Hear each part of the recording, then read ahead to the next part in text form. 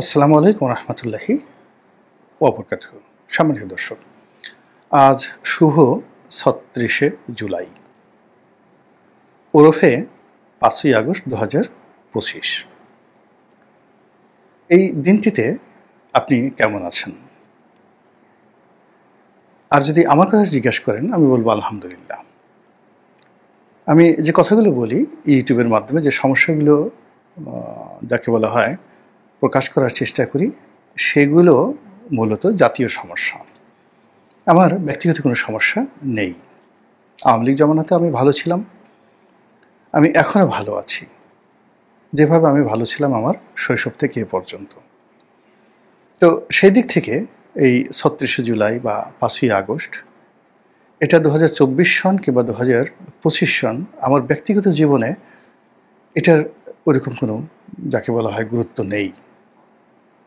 কিন্তু জাতীয় জীবনে এবং একজন রাষ্ট্রীয় নাগরিক হিসেবে আমার কাছে এর গুরুত্ব অপরিসীম।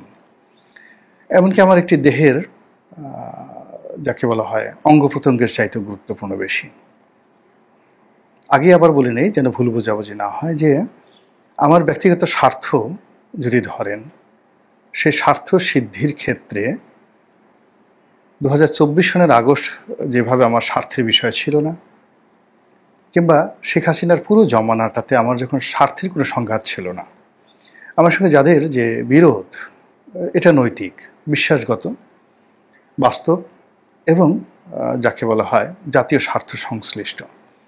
কিন্তু ব্যক্তিগত কোনো বিষয় নিয়ে বিএনপি, আওয়ামী লীগ, জামাত কিংবা অন্য যে সকল ছোট বড় রাজনৈতিক দল রয়েছে, তারা সহ যারা আমার হেটার গ্রুপ, আমাকে পছন্দ করেন না, তাদের কারোর সঙ্গে আমার ব্যক্তিগত শত্রুতা নেই। এমনকি আমার কাছে মনে হচ্ছে যে আমার যারা হেটার গ্রুপ, তাদের কাউকে আমি চিনি না, এবং তারাও কেউ আমার সঙ্গে ব্যক্তিগতভাবে পরিচিত বা আমাকে জানেন এরকম লোক আমি দেখিনি, মানে যারা বিভিন্ন সময় ঘৃণা করেন বা যে সকল কথাবার্তা বলেন। যদি আমি আমার জীবনের একটা দিক হলো যে যাদের সঙ্গে আমার খুব পরিচয় হয়েছে, অন্তত ১ ঘন্টা আমরা পাশাপাশি বসে কথা বলার চেষ্টা করেছি বা বলতে সুযোগ পেয়েছি, তারা কেউই আজ পর্যন্ত আমার বিরুদ্ধে একটা টু শব্দ কখনো করেননি, একেবারে শৈশব থেকে এ পর্যন্ত।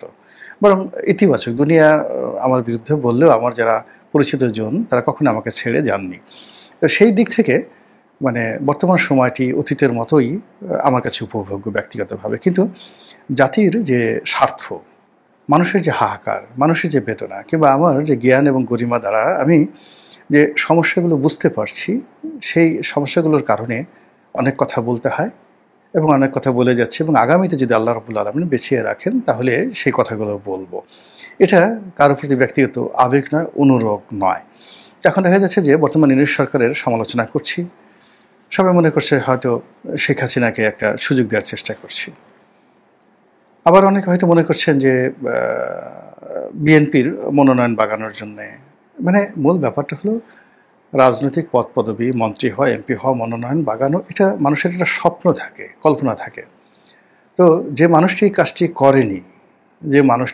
করেনি, আর যে মানুষটি এই বিষয়গুলো পায়নি কিন্তু তার পাওয়ার খুব আকাঙ্ক্ষা, একবার মন্ত্রী হতে ইচ্ছা করে, তারপর শেষে রাষ্ট্রপতি হতে ইচ্ছা করে।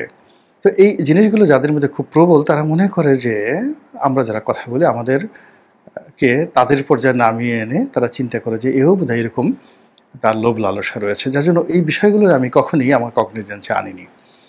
আমি নিজে যেটা নিজেকে স্থির রাখার চেষ্টা করেছি, আমি একজন বাংলাদেশের সার্বিক প্রেক্ষাপটে একজন মধ্যবিত্ত প্রকৃতির বা উচ্চ মধ্যবিত্ত প্রকৃতির ব্যবসায়ী, মধ্যম প্রকৃতির বুদ্ধিমত্তার অধিকারী, জ্ঞান গরিমার অধিকারী। আমার জ্ঞান গরিমা, বুদ্ধিমত্তা বা যা কিছু রয়েছে, যেটাকে আপনি সফটওয়্যার বলতে পারেন, তো সেই সফটওয়্যার আসলে ঠিক এক্সট্রিম পর্যায়ের ওরকম উৎকর্ষতার পর্যায়ে নেই, বার্টন রাসেলের পর্যায়ে নেই, কিংবা ধরুন সেই রবীন্দ্রনাথের পর্যায়ে নেই। কিন্তু একেবারে সমাজ আপনি ফেলে দিবেন, নির্বোধ বোকা হিসেবে আমাকে তুচ্ছ তাচ্ছিল্য করুন, ওই পর্যায়ে নেই। একটা মাঝামাঝি জায়গাতে আল্লাহ রাব্বুল আলামিন আমাকে রেখেছেন। ফলে আমি একের বোকাদের সাথে মিলে যেতে পারি, আবার জ্ঞানীদের সঙ্গে আমার মেলার সুযোগ হয়েছে এই জমানাতে।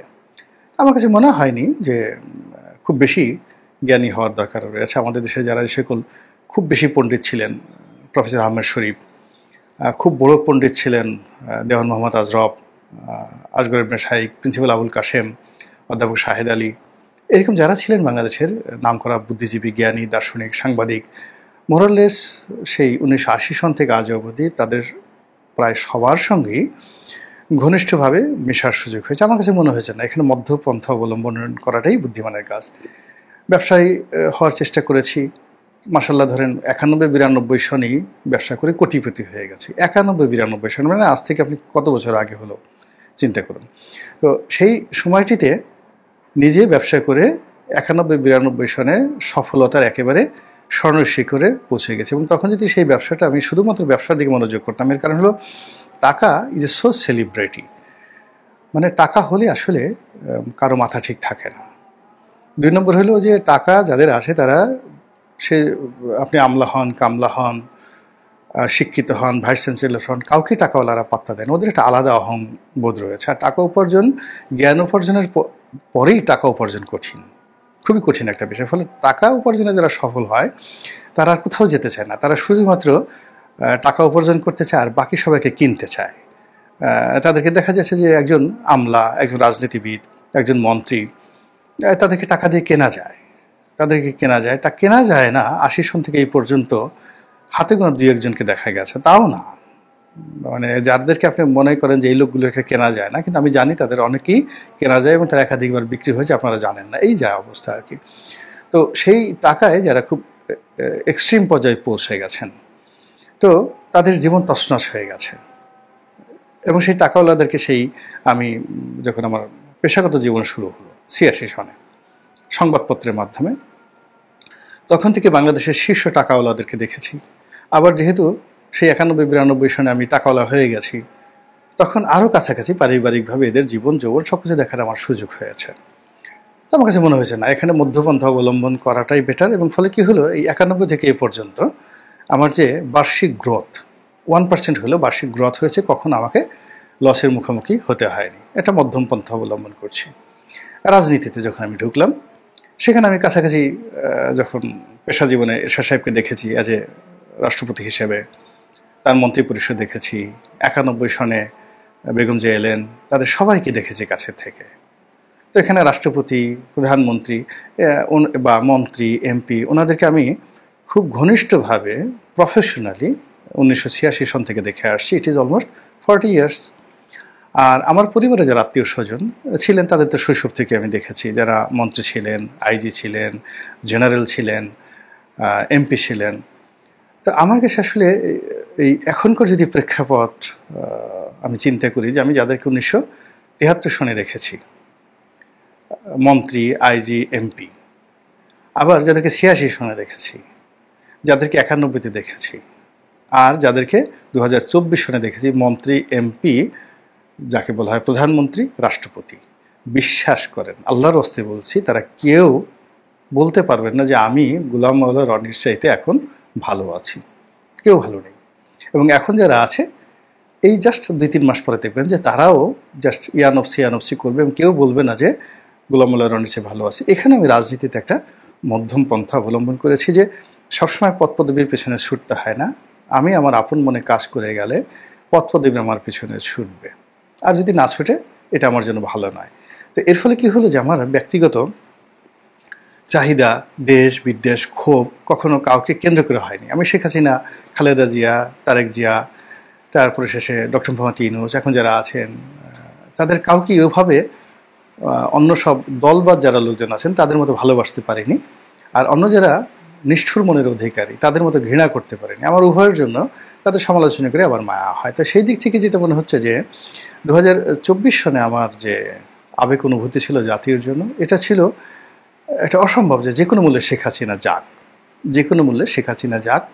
এবং শেখ হাসিনা চলে গেছে। ফলে শেখ হাসিনা চলে যাওয়ার সেই দিনটি আমার মনে পড়ে, যে 2024 সনের 5ই আগস্ট, যখন আমি জানলাম, আমি আগেই জেনে গেছিলাম তিনি যাচ্ছেন, সেটা ধরুন আনুমানিক দুপুর 12:30টার দিকে আমি জেনে যাই, কিন্তু ফাইনালি তিনি যান 2:15টার দিকে। তো 2:15টার দিকে সকল ঢাকা শহর আনন্দে উদ্বেলিত, এবং তখন আমার যে ইমেজ, মানে আমি রাজপথে যদি শাহবাগে যেতাম, গণভবনে যেতাম, পার্লামেন্টে যেতাম 2টোর সময় 3টার সময়, আমি যদি ক্যান্টনমেন্টে যেতাম, আমি যদি বঙ্গভবনে যেতাম, তাহলে এই এখন যারা আসছেন বিশ্বাস করেন তাদের মধ্যে কেউ নাই, no one who can supersede, who can talk more than me. মানে আমার উপর আধিপত্য বিস্তার করে কথা বলবেন এখন এই সরকারের একজন সিঙ্গেল লোক নেই। এবং ওই সময়টিতে 2024 সনে আমার অবস্থা আরও ভালো ছিল, এখনকার সাথে এদের অবস্থা এখনের সাথে 100 গুণ খারাপ ছিল। ফলে ওখানে সেনাপ্রধান বলেন, যা কিছু বলেন, ওখানে আমি বললে, আমি কথা বলা শুরু করলে সবাই বলতেন যে ঠিক আছে রনি সাহেব বা রনি ভাই আপনিই বলেন। এবং এই সরকারের মধ্যে যারা আছেন আমাকে তুমি করে বলার লোক একজনও নেই। তো আমি কি করলাম, সেই 2টো থেকে ধরুন রাতে 10টা পর্যন্ত অফিসে রইলাম আমার সেই আবেগ উচ্ছ্বাসকে দমন করে, এবং আমার লোভ লালসা কামনা বাসনা একদম মানে কোনো খ্যাতির জন্য প্রাপ্তির জন্য ছুটেনি। ফলে আমার যে অফিস, সেই অফিসে আমি সেই সকাল 12টা থেকে রাত্রি 10টা পর্যন্ত আমি একা একা থেকেছি। অথচ আমি যদি বের হতাম, যারা কিছু চেয়েছে তাদের সবাইকে বের হতে হয়েছে। এবং আপনি যদি যা চান তার জন্য বের না হন, বিএনপির মনোনয়ন চাইতে হলে তারেক রহমান সাহেবের দাবিদারি করতেই হবে, আওয়ামী লীগের মনোনয়ন চাইলে শেখ হাসিনা শেখ পরিবারের দাবিদারি করতে হবে। এটা সবাই বুঝে, আমি কেন বুঝি না বলেন তো? ওখানে 5 তারিখে পদ পদবি পেতে হলে সেখানে উপস্থিত থাকতে হবে, সেনাপ্রধানকে একটা টেলিফোন করতে হবে, ডক্টর মোহাম্মদ ইউনূসকে একটা কথা বলতে হবে, আর ছাত্রদেরকে বলতে হতো না, আমি ওখানে গেলেই অটোমেটিক সেটা স্বয়ংক্রিয়ভাবে কাজ হতো। তো সেই জিনিসগুলোকে দমন করে একা একা আমি রাত্রি 10টার সময় বের হলাম, যে লোকজন যেন আমাকে না চিনে, আমাকে যেন হৈহুল্লো না করে, আমাকে যেন কোনো প্রাপ্তির আকাঙ্ক্ষা পেয়ে না বসে। এবং তারপরেও আমি 10টার সময় বের হতে হতে গিয়ে আমার বাসায় পৌঁছতে রাত্রি 1টা বেজে গেল। এই সবাই যার সঙ্গে দেখা হচ্ছে ছবি তুলছে, আমি হেঁটে হেঁটে সেই আমার পল্টনের অফিস থেকে ধানমন্ডির বাড়িতে গেলাম। ফলে কি হলো, ওই দিন I was the happiest man in the world. কিন্তু 8 তারিখে যখন সরকার গঠন হলো, সেদিন থেকে আমার মোহভঙ্গ হতে শুরু করলো। আমার কাছে মনে হলো যে আমার যে রাজনৈতিক যে অভিজ্ঞতা, সেই অভিজ্ঞতার সঙ্গে এই যা কিছু হচ্ছে এটা আমি মিলছে না। ফলে আমি 8 তারিখ থেকে কিন্তু সরকারের কর্মকাণ্ড, এই সরকার গঠন সব কিছু নিয়ে আমার ভিন্ন মত আমি প্রকাশ করা শুরু করলাম।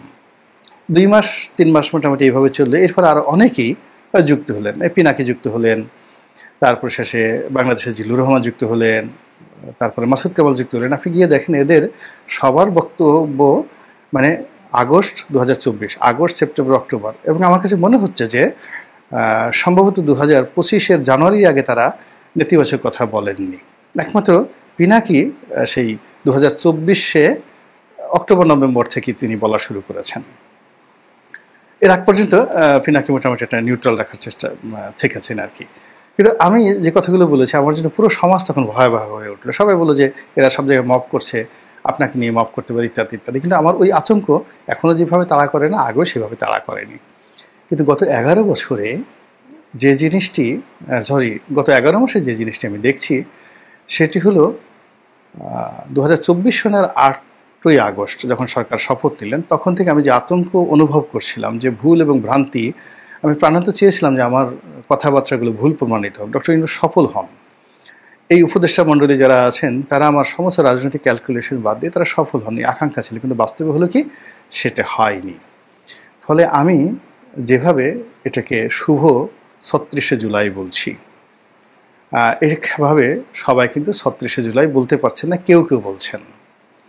আমি যেভাবে স্মরণ করতে পারছি 2024 সনের 5ই আগস্টে সেই গৌরবোজ্জ্বল আনন্দময় দিনটি, আজকের এই দিনে 99% লোক যারা এটাকে স্মরণ করতে চান, তারা সে আগের মতো স্মরণ করতে চাচ্ছেন না।